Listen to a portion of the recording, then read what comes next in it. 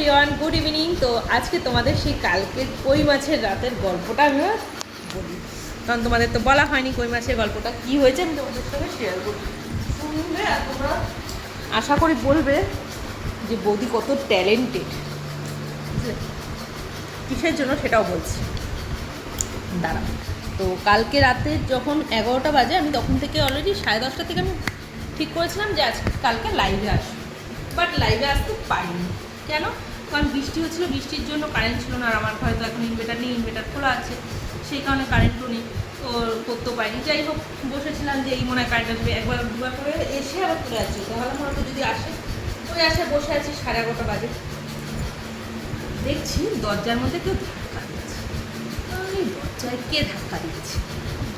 প্রথমে আমার কুকুর টুকুর হয়তো কি হাওয়া বাতাস ছাড়ছে, হয়তো পাতা তো এসছে, তারপর না বারবার ধাক্কা দিচ্ছে। তখন আমার এগুলো কেউ না হয়। তোমাদের দাদাভাইকে ফোন করেছি। তোমাদের দাদাভাইকে ফোন করার পর তোমাদের দাদাভাই বলছে কি, আমার পাশেই তোমার দেওর থাকে, ভাসুর থাকে, বলছে আমার দেওরকে ফোন কর। তা আমি দাঁড়াও, তুমি লাইনে থাকো, আমি দেখছি। রিক্সও লাগছে, ভয়ও লাগছে, ছেলে ঘুমিয়ে রয়েছে।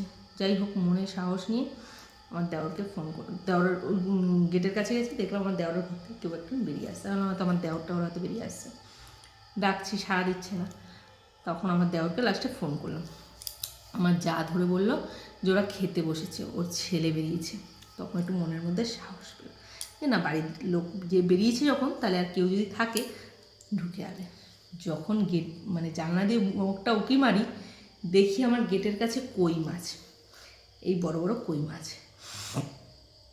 আমার দেওরের ছেলেকে আমি তখন চিৎকার দিয়ে ডাকি, শিগগিরি আয়, কই মাছ উঠেছে। ওই রাতে তোমাদের সঙ্গে শেয়ার করেছি। তাহলে আমি কত ট্যালেন্টেড বলো। আমি কই মাছ ধাক্কা দিচ্ছি আর আমি ঘর থেকে বলছি কে কে ধাক্কা মারছে, মানে কই মাছের সঙ্গে কথা বলছি। এত ট্যালেন্ট আমার, আমি জানতাম না। যদি জানতে পারে না কেউ, আমাকে নিয়ে চলে যাবে না। তোমরা এতদিন মৎস্যকন্যা দেখেছো, কিন্তু মৎস্যের সঙ্গে কথা বলার মানুষ দেখেছো আমি।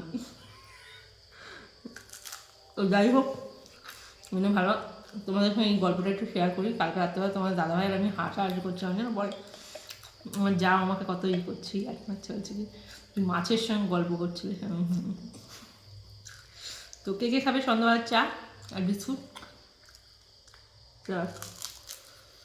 কারণ আজকে খাওয়ার মধ্যে ফাটাফাটি হয়েছে না, সত্যি কথা বলার মতো না। যেমন তেলকইটা, সেরকম চুনো মাছটাও। আর সবথেকে বড় কথা, টাটকা জিনিস, নিজের বাড়ির পুকুরের জিনিস, সে মজাটাই আলাদা খাওয়া, সত্যি কথা। তো চল পরে কথা বলবো।